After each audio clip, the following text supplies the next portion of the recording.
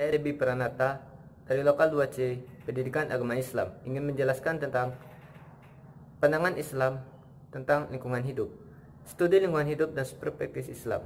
Alam semesta beserta isinya merupakan ciptaan Allah Subhanahu wa taala yang ditentukan Allah untuk dimanfaatkan untuk kesejahteraan umat manusia yang dalam rangka fungsinya sebagai khalifah di muka bumi. Islam mengajarkan memanfaatkan alam semesta beserta isinya dengan konsep keberlanjutan agar anak cucu manusia kelak masih dapat menikmati kemurahan Allah atas manusia berupa alam dan isinya. Al-Quran secara jelas mengajarkan kepada manusia bagaimana cara memanfaatkan alam bijaksana dan menawarkan cara penanggulangan kerusakan alam semesta dan menegakkan hukum yang jelas dan tegas pada pihak-pihak yang bersalah dan perusakan alam secara mikro maupun makro. Islam menawarkan pendekatan spesifik dalam membentuk dua mendidik sumber daya manusia yang peduli dan cinta lingkungan. Cinta pada lingkungan dan semesta dan alam semesta merupakan referensi kecintaan manusia kepada Allah Subhanahu wa taala. Karena alam semesta berserta isinya pada hakikatnya merupakan ciptaannya. Indonesia merupakan salah satu negara di dunia yang memiliki keberagaman hayati terbesar dengan jumlah pulau-pulaunya kurang lebih itu 13.000 yang tersebut dari Pulau W di Indonesia paling barat sampai ke Papua di Indonesia bagian timur dan Kepulauan Sangir Tahu Laut di Kepulauan Indonesia paling utara terletak di perlintasan dua benua yaitu benua Asia dan benua Australia dan di antara dua samudra terbesar yaitu Samudra Hindia dan Samudra Pasifik. Kepulauan Indonesia terletak di atas garis khatulistiwa dengan iklim tropis basah sampai kering. Indonesia bagian barat, tengah dan timur beriklim tropis basah curah hujan yang sangat tinggi kecuali gugusan Kepulauan Sunda kecil yang memiliki curah hujan yang lebih sedikit sehingga cenderung sering Indonesia terkenal sebagai wilayah rangkaian gunung api aktif Ring of Fire. Letak geografis Kepulauan Indonesia yang tepat berada di garis khatulistiwa menjadi Kepulauan Indonesia beriklim tropis dengan curah hujan yang tinggi dan dipengaruhi oleh iklim muson. Kepulauan Indonesia juga merupakan jembatan ekologi tumbuhan dan hewan antar benua Asia dan benua Australia. Keberadaan gunung berapi membawa berkah terhadap kesuburan di sekitarnya dan aneka lingkungan dalam perspektif Al-Quran. Allah Subhanahu wa taala mengurangi kekayaan alam yang sangat berlimpah kepada bangsa Indonesia. Indonesia tumbuh 27.000 spesies tumbuhan berbunga dan memiliki 10 spesies tumbuhan berbunga yang ada di dunia. 25% ikan yang ada di dunia, 17% burung yang ada di dunia, 12 mamalia yang hidup di dunia barat. Ditemukan di Indonesia, 16 reptil dunia ditemukan di Indonesia. Indonesia juga memiliki kekayaan jenis tanaman palen tersebut di dunia yaitu 417 spesies. Lebih dari 50% merupakan akademik Indonesia. Menurut Komisi Pengawasan dan Konservasi Dunia, Indonesia merupakan pusat penyebaran tanaman-tanaman obat. Jahe-jahean, kayu, hutan memiliki nilai ekonomi tinggi dan buah-buahan tropis terbesar di dunia. Indonesia sangat sebagai pusat kekayaan keanekaragaman hayati.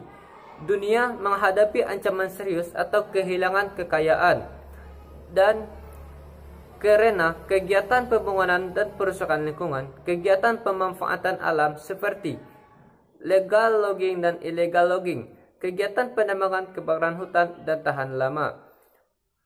Dengan limbah, pemanfaatan kekayaan alam dapat berlebihan, penggunaan racun dan bom dalam penangkapan ikan, pembangunan pemukiman.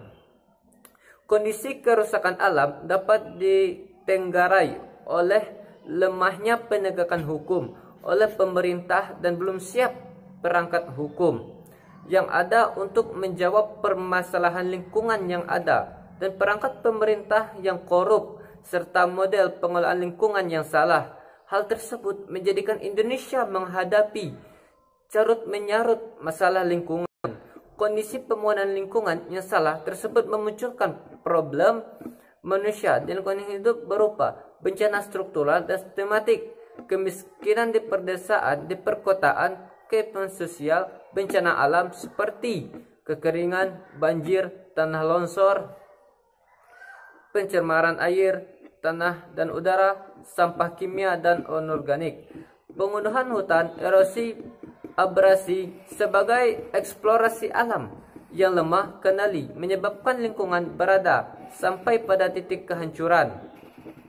Sementara tindakan terbaik mutu dan kualitas lingkungan bagaikan deret ukur yang tidak sebanding dengan deret bidang.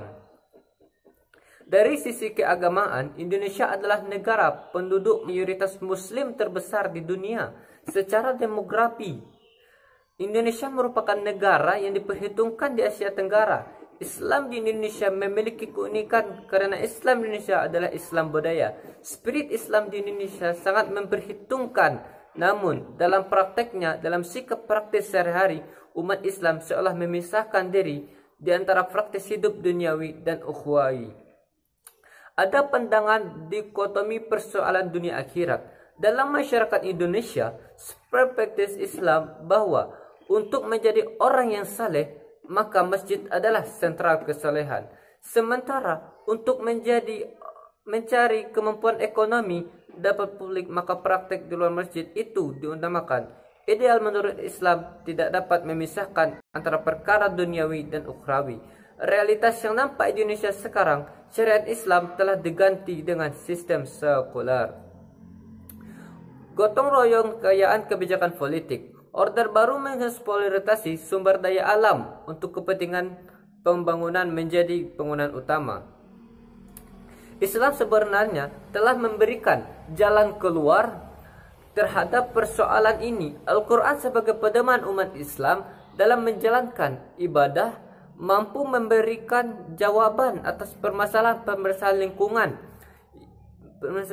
yang dihindari negara Indonesia. Walaupun di dalam Al-Quran tidak memberikan keterangan yang rinci tentang cara yang diterapkan Al-Quran mengatasi permasalahan lingkungan, namun Al-Quran dapat dijadikan dasar-dasar ekologi dalam pembangunan lingkungan. Namun Al-Quran dapat dijadikan dasar ekologi dalam lingkungan dan menyediakan perspektif baru ini umat Islam agar semakin peduli terhadap bumi, di mana manusia itu hidup mencari kehidupan.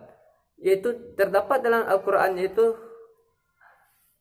Al-Quran 41 ayat 41 surat ke-11 menyatakan Allah adalah pemilik mutlak dari alam semesta dan penguasa alam, tidak dapat disangkil di samping pemeliharanya yang maha pengasih. Karena kekuasaannya yang mutlak, maka jika Allah hendak menciptakan langit dan bumi,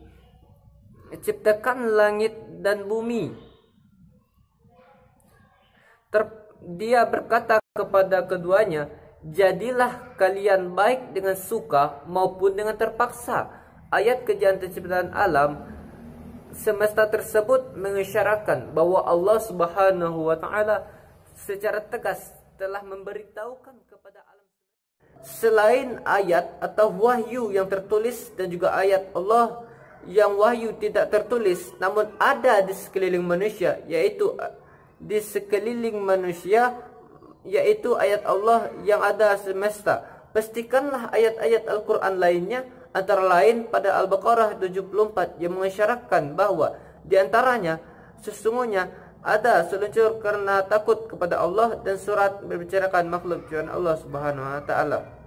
Jadi kita sebagai manusia harus menjaga dan melestarikan alam kita supaya tidak ada kehancuran di muka bumi ini, dan supaya manusia bisa mendapatkan hasil-hasil dari alam dan bisa mengonsumsi dengan baik hasil dari alam. Demikianlah makalah dari saya atau materi dari saya.